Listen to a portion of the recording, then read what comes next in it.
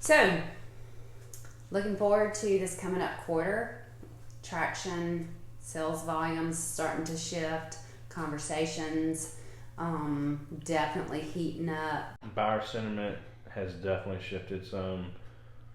Everybody's thinking, or most people are thinking, that 6 months, 8 months, 12 months from now looks better than what it does now. So a lot of people are picking their pencil back up and underwriting for acquisition and development. Yeah, so we are really excited about that. So, we spend a lot of time getting to know what those investors are looking for. Mm-hmm. So, we spend a lot of time talking to investors. And when we say talking to investors, we are referring to understanding how they're underwriting a property and what it is that they are looking for. Yeah. And so we have a lot of time invested from a national level when we attend trade shows, state levels, association meetings, and then phone calls. Right. And I think the two people that we are talking to from that side of the equation that matter the most are the lenders and the investors. Yep. And why this matters to the owner is because when we value or underwrite a property, we underwrite it to the best type of buyer. So we're picturing the best capital stack, the best lender or the best debt source. We are picturing their operational structure, and because how you underwrite a property, the assumptions you make on a lease up, the assumptions you make on the debt service, the operational expenses, those assumptions that you make affect the cap rate. That's why we always say, cap rate's a great number to start off the back of the napkin, but at the end of the day, it's a cap rate on who's underwriting. So when we value a property, yes, we use a cap rate, but we use it for the best suited investor or buyer group, whether that's institutional, whether it's a publicly traded, whether it's a syndication, whether it's a fund, whether it's just a group of private investors spending their own money. And the type of asset you have, which obviously all storage, but the class of that storage facility or the location or the market of that storage facility lets you hit different investor groups and different cap rates and different value adds, and because their debt source is changing, their partnership and returns that they're guaranteeing to their partners are changing every time you move to a different class of buyer. So when we underwrite one to get it to market value, we pretty much already know what type of buyer it is. Now, we meet new people in storage all the time, so we may not know exactly who that buyer is or who has a 1031 at that exact moment, but we have a pretty good idea of how they're going to operate it, where they're going to get their money from, whether it's from their down payment or from how much they're going to borrow. I love it.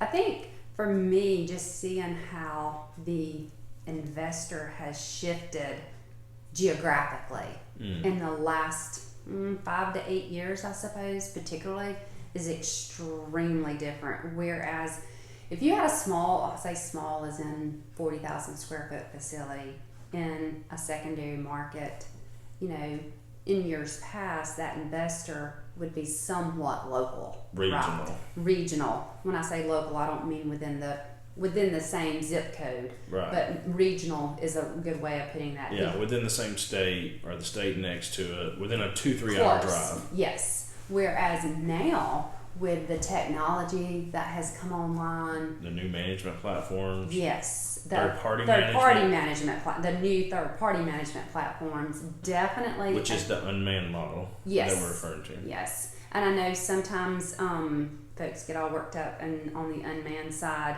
remotely managed, virtual management. Basically, anytime there's not a committed person there as the sole purpose of renting those units.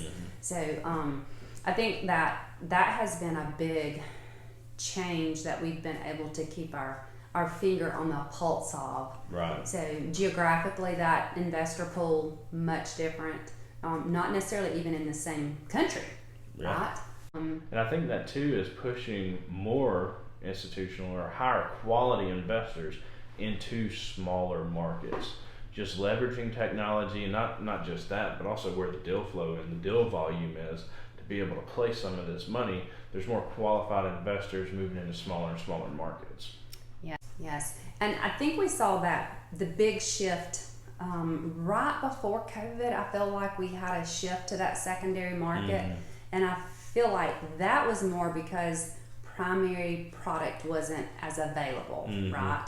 And then after the whole COVID episode, I just feel like storage truly proven itself once again as that workhorse, really regardless of whether it was a primary or secondary market. Mm-hmm. There's some tertiary markets out there that still we want to stay away from. That we may want to stay away from. If it's population decline. Yeah, so definitely to keep those things in mind. But I just think it's been really interesting to watch the buyer sentiment change, and then what that buyer looks like. There's still a lot of the small guys or the independent guys wanting to get into our industry, but the other big pull that we have had is crossing over from other asset classes, mm-hmm. because self-storage has been the shining star. Yeah, it looked a whole lot better than hospitality during COVID. Or office. Or office, and as of office even now.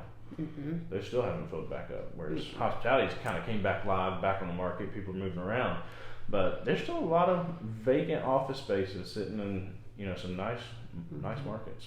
Yes. So the money is definitely still there for storage, and I know over this past year or so, when transaction volume has been so low, I know one of the questions that we would get is, well, if the money's still there, why aren't investors buying my property? Why aren't they still buying property? When you can get a bond or a CD at 5% and you want a 5 cap on your property, it doesn't make sense. Yeah, because that CD is a sure thing, right? Yeah. Or as sure of a thing. As passive as you can get. And then commercial real estate, we have to remind people regularly, is a long game. Mm-hmm. And sometimes a real long game if you come in at certain timing of the cycle, or come in